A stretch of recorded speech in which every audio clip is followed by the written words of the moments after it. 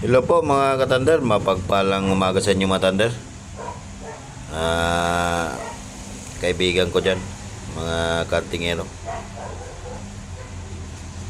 I-share ko lang itong mga bago pong nakalap kaninang umaga, no? Yan. Pumunta ako dun sa ulingan ng aking kaibigan na antingero din. Yan ang binigay sa atin ng kalikasan, no? Ito. 1, 2, 3, 4, 5, 6, 6 na uling, no? Mutya ng uling. Tsaka itong dalawang bulalakaw. Tsaka itong salsagan. Isa lang nakuha natin. Tsaka itong tulya. Sapa ko ito nakuha matanda. Paliwanag natin ang bisa niya, no? Pero bago tayo magpaliwanag ng bisa niya, no? Ay paalala muna tayo sa mga bagong napadaan dyan, mga bagong manonood. Ito pong videos na ito pong channel na ito po ay para lang po sa mga taong naniniwala ng mga anting-anting agimat, laning-laning sa katawan at mga mutya ng kalikasan at lihim ng karunungan, no? Sapagkat kung hindi naman po kayo naniniwala ay maaari nyo na pong i-skip yung channel, no? Respect lang po sa mga antingero sapagkat yan po ang paniniwala. At sa mga taong naniniwala ng mga mutya hanggang ngayon, no? Anting-anting. At atin ding respeto ang ating mahal na Diyos sa mga lumikha makapangyarihan sa lahat, no? Papa Jesus, Mama Mary. Yun lang po, matanda. Balik tayo dito sa paliwanag dito, matanda, no? Ito po yung nakuha ko doon sa ulingan ng aking kaibigan ng tingero, no?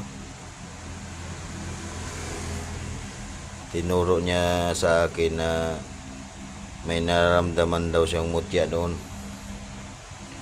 sapagkat hindi niya matagpo-tagpuan yung mutya ng uling doon, no? Kaya pinuntahan ko kaninang umaga. Ito yung nagpakita sa akin, no? Yan. Itong 6 na to na uling na bato. Ito po ay tinatawag na uling na mutya ng uling. Ang kapangyarihan po ng mutya ng uling ay kusa pong nagana ito kapag kinakailangan mga tander, no? Hindi na po ito kailangan ng mga orasyon. Kapag may tangang ka po nito ay kusa po itong nagana. Kapag nasa panganib po kayo. Kapangyarihan po nito ay ito po ay pangkalatang depensa, no? Sa mga masamang elemento, mga palipad hangin, sa mga masamang tangka sa inyo, no? Samang balak. Lis disgrasya din po to. Lis disgrasya, lis panganib. Ito pong mutya ng uling. Magaling po to sa pandepensa. At depensa po rin to sa mga barang kulam, sa mga masamang tao. Ililihis po niyan pag nasa panganib po kayo, no? At meron din siyang pangkabal at kunat sa katawan, no? Di ka basta masugatan ng mga nakakasugat na bagay. At meron din tong pampaswerte, no?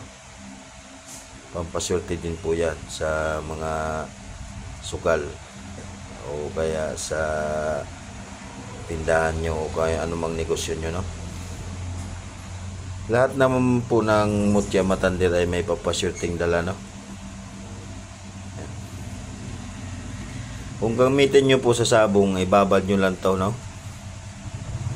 Saka yun ang ipainom nyo sa manok pag masabong kayo at i-haplos nyo sa balahibo nya, no? Pero hindi ko kinukuhan matanda na magkuhan kayo sugal, no? Kasi bawal po to sa sugal. Gamitin nyo lang po sa kabutihan, no? Kasi yung sugal sa kabila po yan, matanda. Sa kabilang kuhan po yan. Siya ay Satanas. Kaya hindi ko po kayo kinukuhan na magsugal po kayo. Yan, sana yung naintindihan nyo matanda, no? Pero kung gamitin nyo, wala tayong magagawa, no? Kung gamitin nyo talaga sa sugal, hindi naman maiwasan yung kapag mananabong kayo, no? Pero advice ni Utol Thunder ay huwag nyong gamitin sa mga sugal yan. Ito naman mga Thunder, ito ay butyan ng bulalakaw, dalawa, no? Bulalakaw po yan. Ito ay tinatawag na wishing stone, no? Ito po ay pampasyerte. Umiling lang po kayo dyan, tsak na sisurtihin po kayo kapag may tangang kayo ng bulalakaw. At meron din siyang pandepensa sa mga masamang espiritu, no? At meron din siyang pangdepensa sa mga nakakasugat na bagay tulad ng itak, kutsilyo, bangkaw, no? Baril. Yan po ang mga kapangyarihan yan, hindi lang pampasyerte. Ito naman mga Thunder, to ay salsaga na alog, no? Ito lang nakuha ko doon. Yan. Ito po ay tinatawag na mutya ng salsagan. Bibihira lang po ito sa isang bungkog. Minsan isa lang makuha mo, kaya tatlo, no? Pinakamarami na yung tatlo. Ito ay pandepensa sa mga bala ng baril, mga kutsilyo, bangkaw ng kutsilyo. Ito ay pandepensa sa mga talaga to, pang fighter ba, pang digma, sa mga magaling sa mga kwanto, mga pandepensa sa matutulis na bagay. Yan. Ito naman mga Thunder, ito ay tulya, no? Yan, tulya po yan na bato. Ito ay magaling sa pampasyerte, ito mga Thunder, no? Kusa nang darating sa inyo swerte. Yan, sa sugal, negosyo. Tsaka meron din siyang protection to. Ililis ka sa mga disgrasya, panganib. At meron din siyang pandepensa, no? Ito po ay naging bato na. Ang depensa po niya, pangkabalat ko na sa katawan, no? Pangubol, pangkabal, na di ka masugatan ng mga matutulis na bagay. Yan, tulad ng mga pandepensa dyan sa uling at saka sa yan. Puro po yan pandepensa at pampasyerte. Meron din yung pampasyerte. Basta mutya mga Thunder ay may dala pong syerte yan. Di lang pang depensa po yan, pampasyerte po yan. Sana ay naliwanagan kayo mga Thunder, no?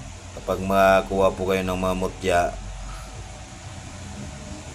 ibalot nyo lang po ng pulang tela, no? O kaya sa puti, no? Mas maganda sa